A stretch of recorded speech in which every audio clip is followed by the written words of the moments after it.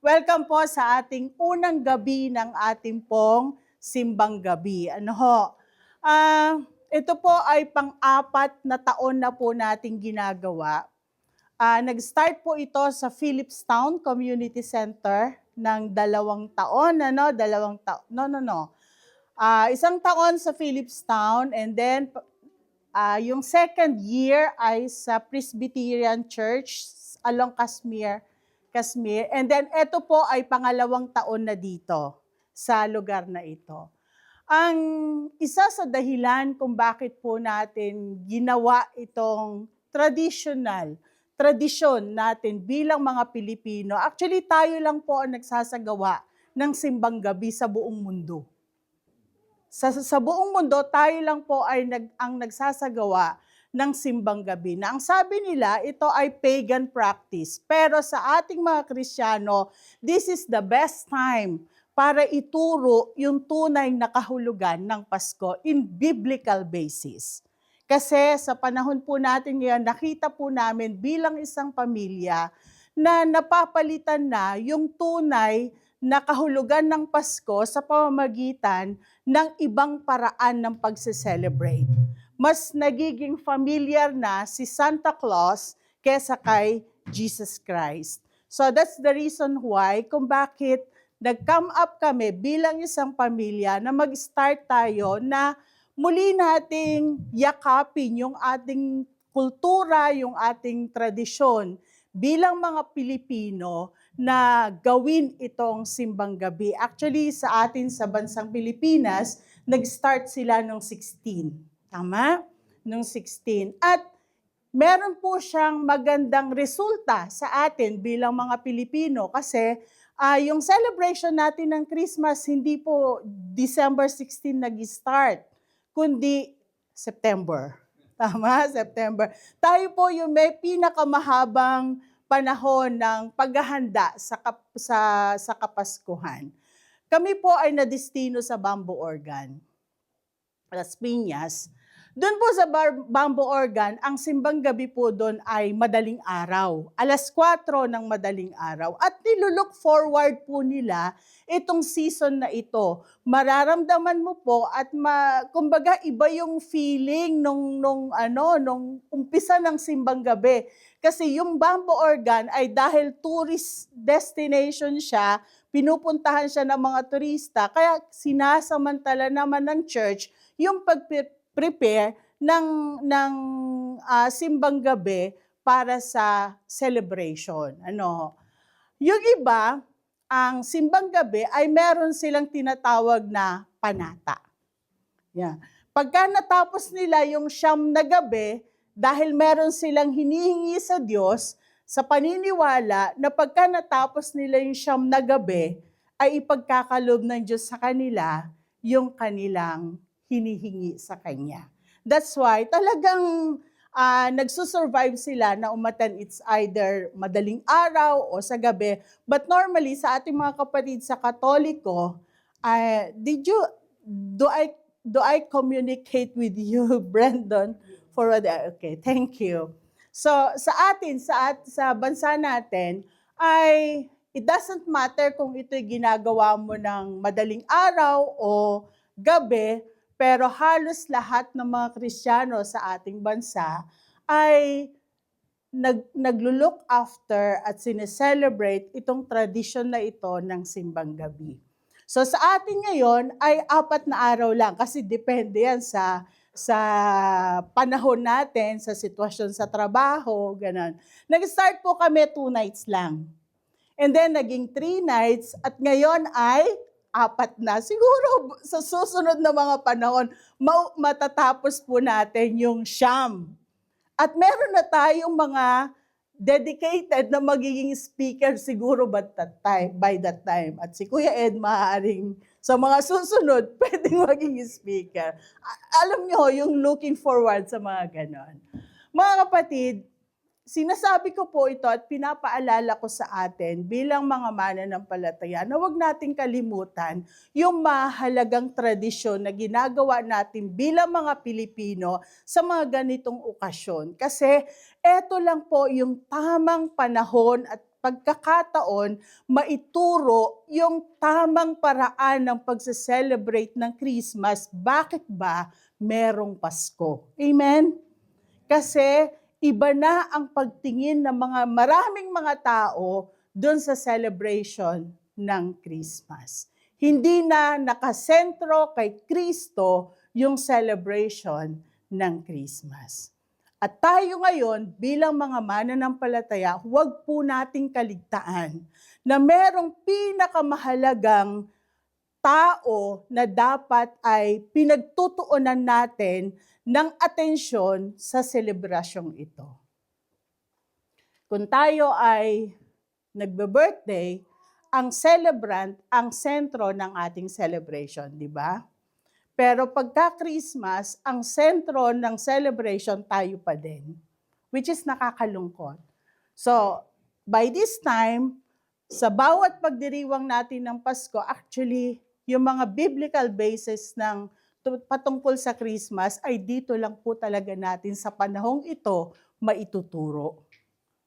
Hindi natin siya naisisermon sa ibang pagkakataon. During January to November, hindi natin siya halos naisisermon. Pag December lang natin siya, halos na ibabahagi ang mensahe ng Pasko. At dahil dito, nais po nating samantalahin ang pagkakataong ito para maituro, maiaral ang kahalagahan kung bakit tayo merong Pasko. Tayo po'y manalangin. Heavenly Father, thank you Lord sa pagkakataong ito na pinagkaloob mo po sa amin upang kami po ay mag-celebrate, magpasalamat, at muli po naming i-remind yung aming mga sarili sa kahalagahan ng selebrasyong ito na aming pong ginagawa. Holy Spirit, speak to us today. At patuloy, Panginoon, na in-entrust po namin sa iyo ang oras na ito. In Jesus' name, Amen. Buksan po natin yung nahihirapan ako dito sa pulpitong ito ba?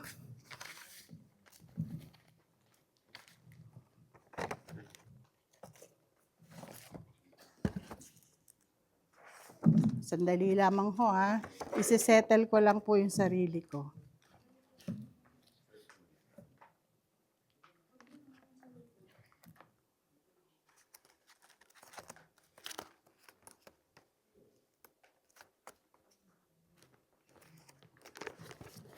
Okay, buksan po natin yung ating Bible sa Matthew chapter 2, verse 6.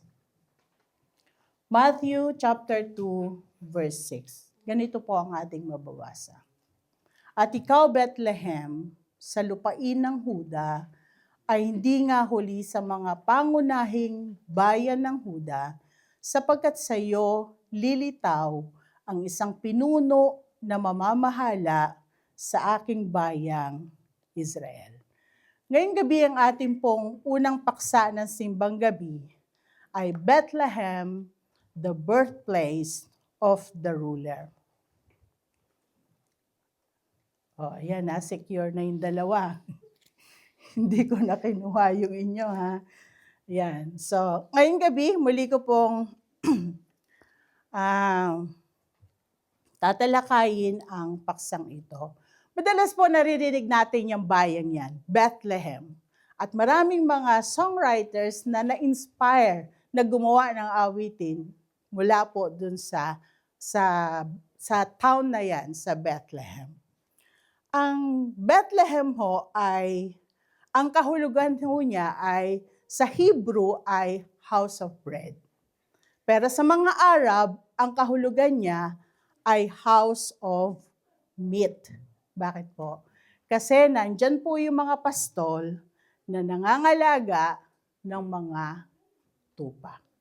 So, house of meat. At ang Bethlehem ay meron po siyang dalawang pagkakataon na binanggit sa banal na kasulatan.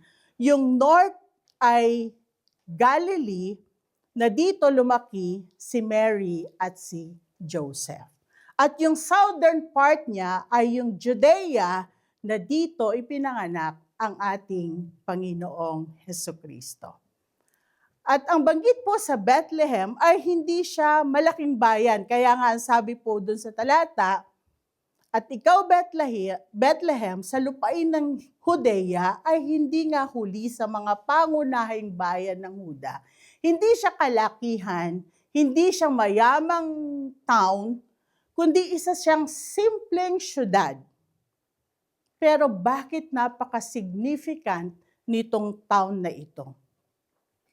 Sapagkat siya ay sentro ng kasaysayan. Naging sentro siya ng kasaysayan.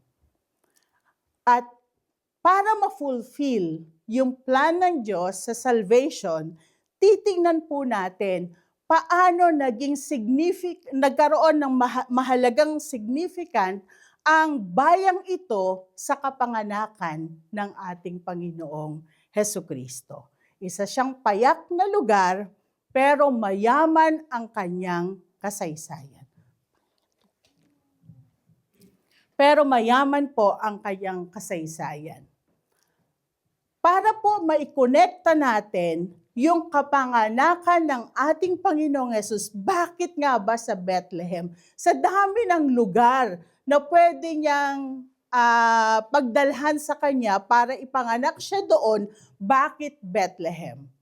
Bethlehem because napakayaman ng kanyang kasaysayan. Buksan po natin yung ating Biblia sa Genesis chapter 35.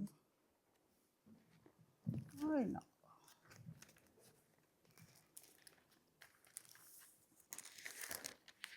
Okay. Genesis chapter 35, verse 16 to 19, ay ganito po ang ating mababasa. Umalis sila sa Bethel. Nang sila'y malapit na sa Ephrata, naramdaman ni Raquel na manganganak na siya at napakatindi ng kanyang hirap. Sinabi sa kanya ng hilot, "Huwag kang matakot, lalaki na naman ang isisilang mo."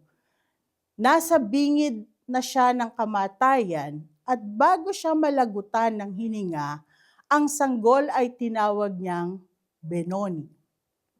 Ngunit Benjamin naman ang ipinangalan ni Jacob. Namatay si Raquel at inilibing sa may lansangang patungo sa Ephrata na ngayon ay Bethlehem. Dito po unang binanggit ang bayan ng Bethlehem. Sino po si Raquel na inilibing sa bayan na yon?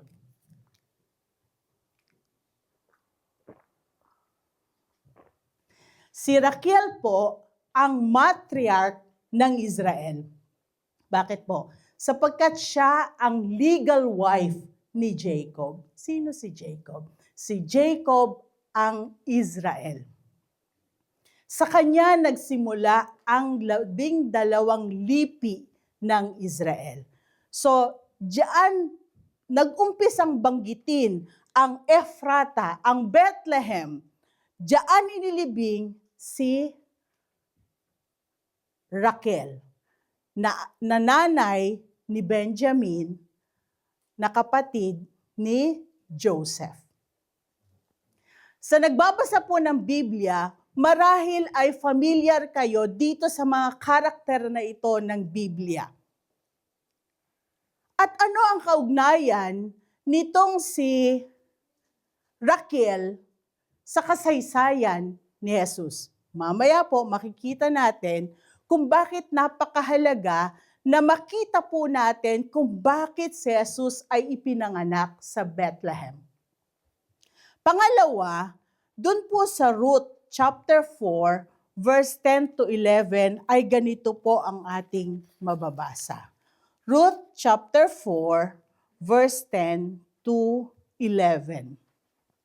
Kaugnay nito, magiging asawa ko si Ruth, ang Moabitang balo ni Mahalon, upang manatili sa angkan ng namatay ang mga ari-arian, sa pamamagitan nito'y mananatiling buhay ang kanyang pangalan sa hanay ng kanyang kamag-anakan at sa kanyang bayan. Inuulit ko, saksi kayo sa bagay na ito. Verse 11, at sila'y sumagot, oo, saksi kami, sinabi naman ng matatanda.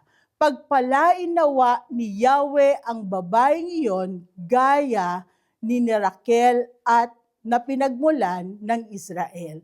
Ikaw naman, Boaz, sumagana ka nawa sa Ephrata at matanyag sa Bethlehem. Ano po ang kasaysayan na nakapaloob dito sa mga talatang ito? Kung kayo po ay nagbabasa sa Aklat ng Hukom, ito pong kasaysayan ni Ruth ay parang love story po siya.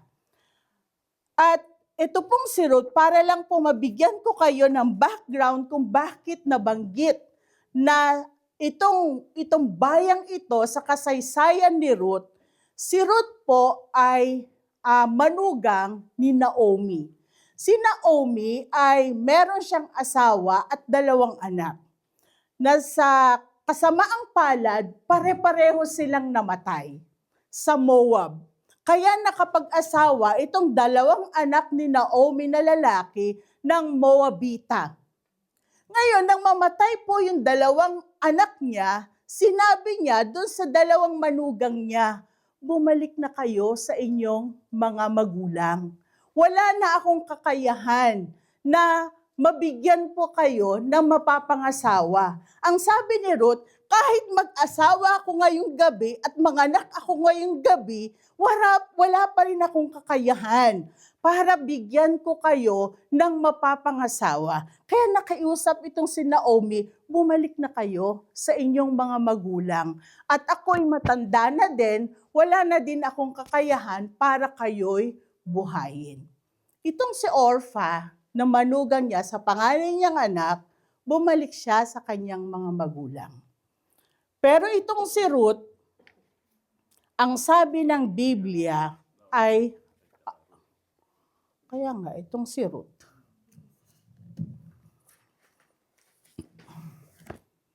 Okay. So si Orpha bumalik sa kanyang mga magulang. Pero itong si Ruth, ang sabi niya kay Naomi, ang sabi niya ay nagbigay siya ng covenant kay Naomi. Na ang sabi niya, mababasa po natin to sa Ruth chapter 1, verse 11 to 19. Ang sabi ni Ruth kay Naomi, sumagot si Ruth, huwag ninyong hilingin na kayo'y iwan ko, sabi niya. Saan kayo pumaroon, doon ako paroroon. Kung saan kayo tumira, doon ako titira. Ang inyong bayan, ang aking magiging bayan, ang inyong Diyos ay aking magiging Diyos. Kung saan kayo mamamatay, doon ako mamamatay at doon din ako ililibing. Yun ang covenant ni Ruth kay Naomi. Na sa halip na bumalik siya doon sa kanyang mga magulang sa Moab, naglakbay sila ni Naomi pabalik sa Bethlehem kung saan ipinanganak at doon nagmula ang lahi ng kanyang asawa. Verse 19, ang sabi ng verse 19, nagpatuloy sila sa paglalakbay at pagdating nila sa Bethlehem ay nagulat ang lahat. Sapagkat ang alam nila, si Naomi ay balo, maaaring bumalik siya sa kanyang bayan na mag-isa na lamang. Pero kasama niya si Ruth.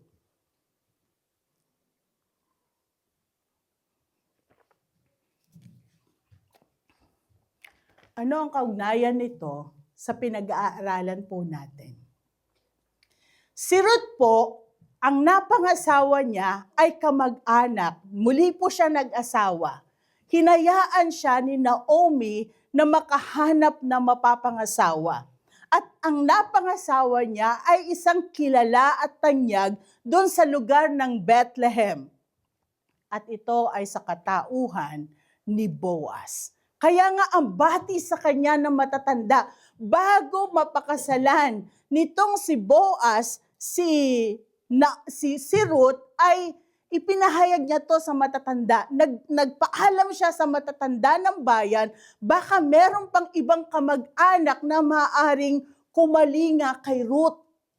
Kaya hiniling niya yung approval ng matatanda ng bayan bago siya nagpasya na pakasalan ito si Ruth. Mga kapatid, kung gusto niyo pang mabasa, yung buong kasaysayan niya ay napakaganda hong basahin po natin. 4 chapters lang po ang aklat ng Ruth. Kaya nga ang bati ng matatanda, doon kay Boaz, ang sabi niya, ikaw naman Boaz, ang sabi nila, sumagana ka nawa sa Ephrata at matanyag sa Bethlehem. Alam niyo po, pinagpala ang buhay mag-asawa nitong si Boaz at si Ruth. At biniyayaan sila ng sanggol. Makikita po natin ito doon sa verse 16. Ang sabi po sa verse 16 ng chapter 4, kinuha ni Naomi ang bata, magiliw na kinalong at inalaga ang mabuti. Makinig po tayo, verse 17.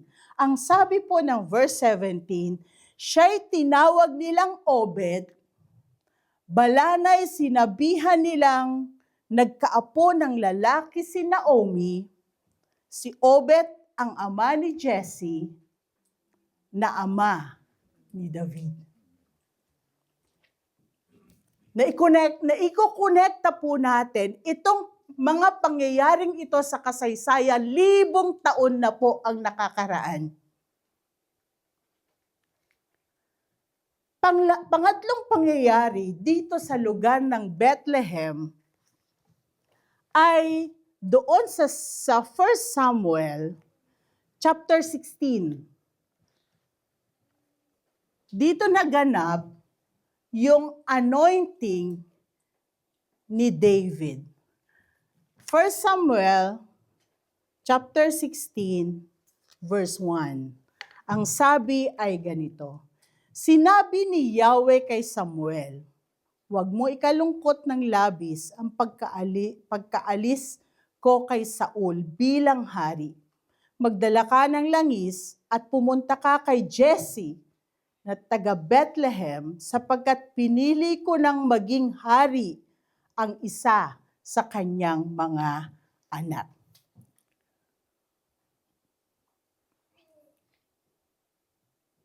Verse 13. Kinuha ni Samuel ang sisidlan ng langis at pinahiran si David sa harapan ng kanyang mga kapatid at mula rooy sumakanya ang espiritu ni Yahweh pagkatapos si Samuel ay umuwi sa Rama. Ito po ay napakahalagang kasaysayan na nangyari sa lugar ng Bethlehem. Mula sa pagkalibing ni Rachel sa lugar na iyon, mula sa pag-aasawa ni Ruth. Si Ruth po ay isang Moabita, hindi po siya Hebreo. Siya ay Moabite. Pero bahagi siya ng kasaysayan ng kapanganakan ni Jesus. Sapagkat isinilang niya ang lolo ni Haring David. At sa 2 Samuel ay yung pangyayari na si Samuel ay hinirang bilang isang hari at inanoint siya ng langis ni Samuel. Mga kapatid, ang plano ng Diyos para iligtas ang kanyang bayan ay makikita natin yung kasaysayan. Na mahalaga na itong mga taong ito ay mapag-aralan natin, maging aware tayo na hindi lang siya basta ipinanganak sa Bethlehem ng ganun na lamang. Meron pong dahilan kung bakit pinlano ng Diyos na dyan sa bayan na yan ipanganganak ang hari ng mga Hudyo. Ngayon, ilang libong taon na ang nakaraan. Mula doon sa kasaysayan ng pag-anoint kay David At ilang daang taon yung reign ni David bilang isang hari ng Israel. Nagkaroon ng 400 years silent ang Bible. From Malachi to Matthew. 400 years na yon. Pero naghihintay pa rin ang mga Hudyo ng hari na mangunguna sa kanila, na magro-rule sa kanila. Kaya nga, doon sa Matthew chapter 2, ang sabi ng anghel, nasaan na ba ako? Naguluhan na.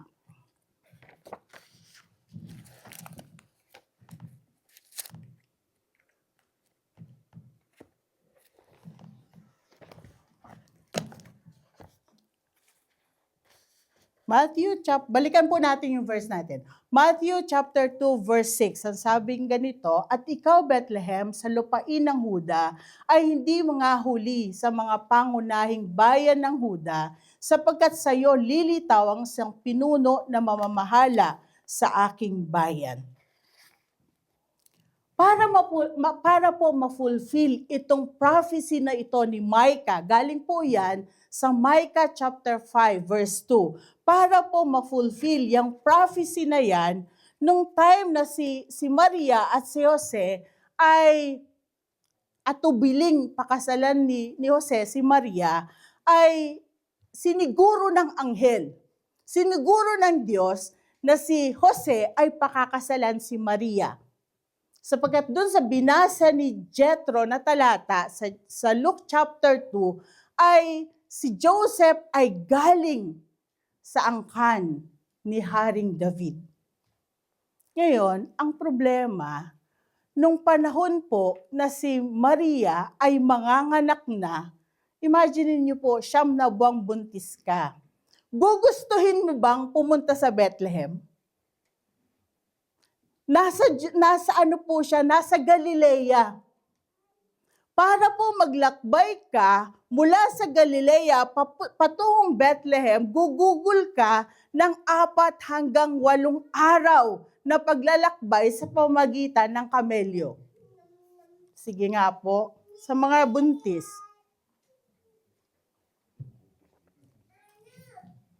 Di ba mahirap? Walang sasakyan nun, walang kotse para maging komportable ka sa paglalakbay mo. Tama? 9 na buwan kang nagdadalang tao, na ang sasakyan mo kamelyo. Yung kamelyo, nagpapahinga din yun. Titigil sila syempre para magpahinga yung kamelyo at maaring naglalakad sila. Isang mahirap na paglalakbay sa disyerto mula sa Galilea patungong Bethlehem. Pero ano nagtulak dito sa mag-asawang ito para pumunta sa Bethlehem na hindi sila mag-aatubili na pwede namang dito ko na lang siya ipanganak eh. Bakit kailangan pa sa Bethlehem? Sa Lucas chapter 2, makikita po natin yung dahilan kung bakit kinailangan po nilang pumunta doon po sa Bethlehem para doon ipanganak si Jesus. Ang sabi po sa chapter 2 ng Lucas, verse 1, "Nang panahong yaon, inutos ni Emperador Augusto na magpatala ang lahat ng nasasakupan ng imperyo ng Roma." Dahil po dito sa decree na ito ni Caesar, ang Roman Empire po noon, ay kailangan silang magpunta sa Bethlehem. Wala silang choice. Alam niyo po, habang pinag-aaralan ko po ito, maging yung political system nung time na yon ginamit ng Diyos para lang ma-fulfill yung prophecy ni Micah na sa Bethlehem ipapanganak yung magro-rule sa Israel. Bakit hindi binigay ni Augusto Caesar yung decree niya bago magbuntis si Maria? Bakit nung time na manganganak na siya, doon lamang ibinigay yung decree na yon? Hindi lamang dahil doon sa masiguro ni Caesar na yung kanyang mga mamamayan ay sumunod sa kanya at mag-impose ng bagong taxes nung time na yon para matustusan yung pangangailangan ng kanyang pamamahala, hindi lang yun ang dahilan. Kinilos ng Diyos maging yung government para mapilitan itong mag-asawang ito na maglakbay papunta sa Bethlehem. Nakakapag-communicate po ba ako? Para mapilitan sila. Kasi kung ako po yung nagdadalang tao, para pumunta pa ako sa Bethlehem, hindi ko na po pipiliin yon. Mananatili na ako kung saan ako naroroon. Kasi mahirap eh. Hindi po madali yung pagdadaanan mo habang ikaw ay naglalakbay. Wala namang ilaw nung time na yun. Walang ilaw ang kalsada para lumiwanag yung daan na dadaanan mo. May araw at mayroong gabi. Mahirap yung paglalakbay. Hindi po madali para sa kagampan na ikaw ay maglakbay sa isang disyerto patungo sa napakalayong lugar. Pero ito yung nagtulak na ginamit ng Diyos para mapilitan itong si Jose at si Maria na magtungo sa Bethlehem. Pagdating sa Bethlehem, ang nakakalungkot, wala nang room para sa kanila. Tama? Naglakbay ka na napakalayong lugar. Milya-milya yung layo. Pagdating sa lugar na yon, wala nang room para sa kanila. Na ang tanging lugar na meron sila, sabsaban. Meron po bang dangal na ipanganak kasi sabsaban? Wala. Walang dignidad yung kapanganakan ni Jesus dahil siya ipinanganak sa sabsaban. Pero bakit maging yun ay pinlano ng Diyos? Na doon ipanganak si Jesus. Pwede naman mag-prepare ang Lord ng ng isang lugar na maganda doon sa Bethlehem para maging komportable si Maria sa kanyang panganganak. Pwede yun eh. Pero imagine natin, yung kilos ng Diyos sa kabila nung sila'y naglakbay sa pasabsaban na uwi yung mag-asawa para doon isilang ang hari na mamamahala sa Israel. Mga kapatid, akala natin simpleng Bethlehem lang yon. Akala natin, kinakanta lang natin na O Little Town of Bethlehem. Pero meron pala siyang napakahalagang bahagi sa kasaysayan ng kapanganakan ni Jesus. Ano ang maaaring maging aralin nito para sa atin bilang mga mananampalataya sa kasalukuyan? Na inaalala natin yung kapanganakan ni Jesus sa Bethlehem, libo-libong taon na ang nakakaraan. Una, ang Bethlehem is a house of bread. At sa mga Hebrew, sa mga Arab, ay house of meat. Alam niyo po ba, na sa lugar na yan, may mga pastol, hindi ko po tatalakayin yung mga pastol, may mga pastol na ang kanilang trabaho ay alagaan lamang yung mga tupa na inihahandog sa templo. Sila yung matamang nag-aalaga nitong mga tupang to, mga espesyal na tupa to, na inaalagaan ng mga pastol para ihandog sa templo. Si Kristo sa kanyang kapanganakan ay ihahandog siya bilang sacrificial lamb para sa atin. Hindi na yung tupa ang ihahandog, na sinusuri pa bago ihandog kung siya ba'y perfect na dapat ihandog. Pero si Kristo ay perfect lamb. Walang dungis, walang kapintasan para maging handog sa ating mga kasalanan. Isang simpleng kapanganakan, bagamat ang mga Hudyo ay naghihintay sila ng isang hari na ipinanganak sa marangyang tahanan, pero si Kristo bilang katuparan ng prophecy ni Micah ay ipinanganak sa Bethlehem sa isang pasabsaban.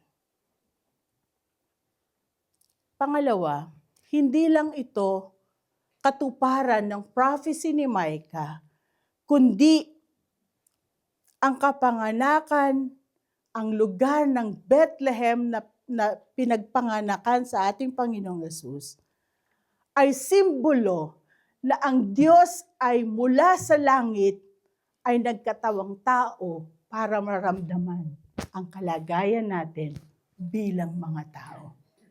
Isipin po ninyo, sa araw na ipinanganak si Jesus, isang divine being na nagkatawang tao sa lugar na yon ng Bethlehem.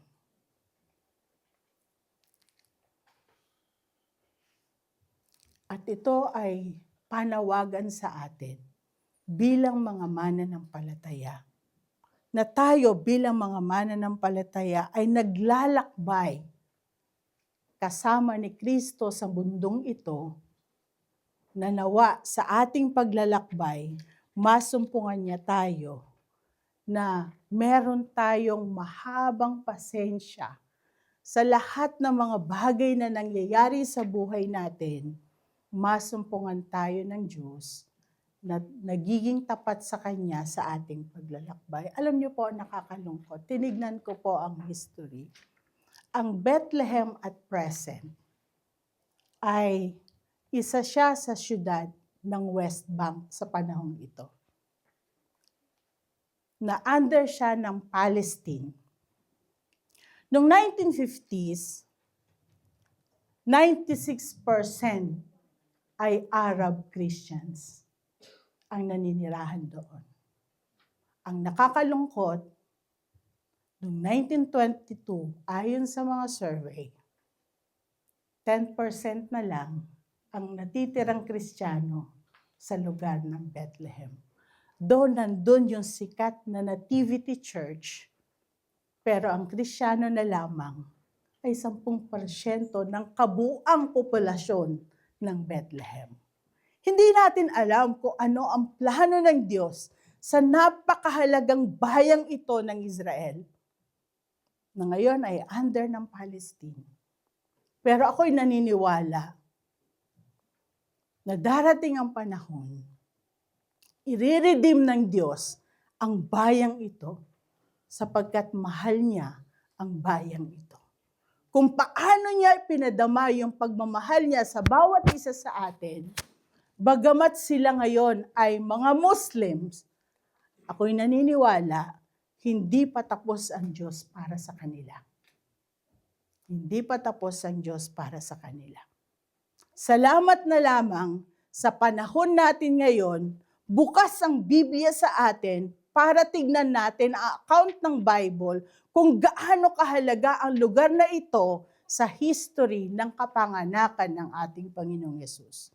Nawa, tayo bilang mga mananampalataya, hindi natin ito titignan na isang simpleng bayan lamang, kundi titignan natin ito bilang isang pribileyo sa atin na bagamat hindi natin nakita personal, yung lugar na yon, dito ipinanganak ang isang bata na nagtubos sa ating mga kasalanan.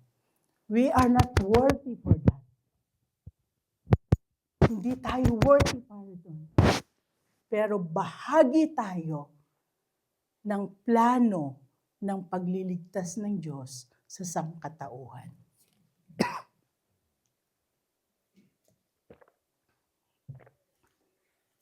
Mga kapatid, mahaba pa ang lagbayan natin dito sa lupa. Marami pa tayong pwedeng gawin. At ang Diyos ay patuloy na kinikilos niya ang kanyang bayan para maging ilaw at asin ng sanlibutan ito. At yung sabi niya na ibinigay sa kanya ang lahat ng kapangyarihan para mag-rule all over the world, ipinaranas sa atin yun ng Panginoon. Meron tayong kapangyarihan na binigay ang banal na Espiritu sa atin. At yung kakayahan na yon, yung kapangyarihan na yon na meron tayo, nawa maging ilaw at asin din tayo ng mundong ito na ating ginagalawan. Tayo po ang kamay ng Diyos, ang paa ng Diyos, ang bibig ng Diyos para ibahagi sa iba yung kanyang pagliligtas na ginawa para sa atin.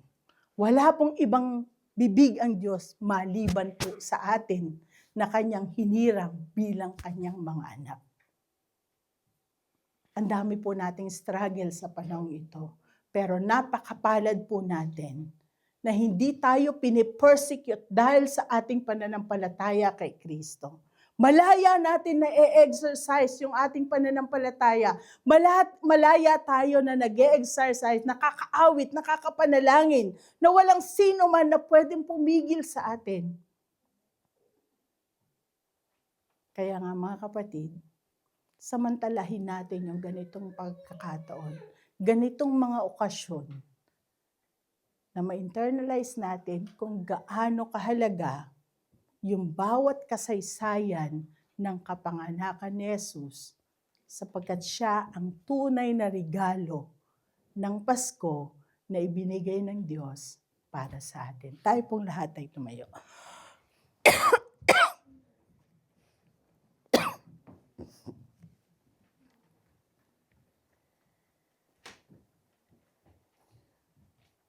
Purihin ka, Panginoon, sa gabing ito.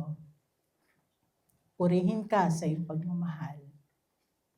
Purihin ka dahil sa iyong kabutihan na ginagawa sa bawat isa sa amin. Kami po ay naghahanda sa napakahalagang selebrasyon ng buong mundo sa iyong kapanganakan. Nawa, wag ma-divert ang aming pong atensyon sa ibang uri ng pagse-celebrate, kundi may divert namin ang aming atensyon kay Kristo lamang na siyang sentro ng celebration ng Pasko. Panginoon, tulungan mo nga po kami na mamuhay ayon sa iyong mga salita at masumpungan mo kami na may malalim, Panginoon, na pagkilala sa kadakilaan na ginawa mo sa amin sa pamamagitan ng aming Panginoong Hesukristo. Purihin ka, Panginoon, sa gabing ito. In Jesus' name, Amen. Amen.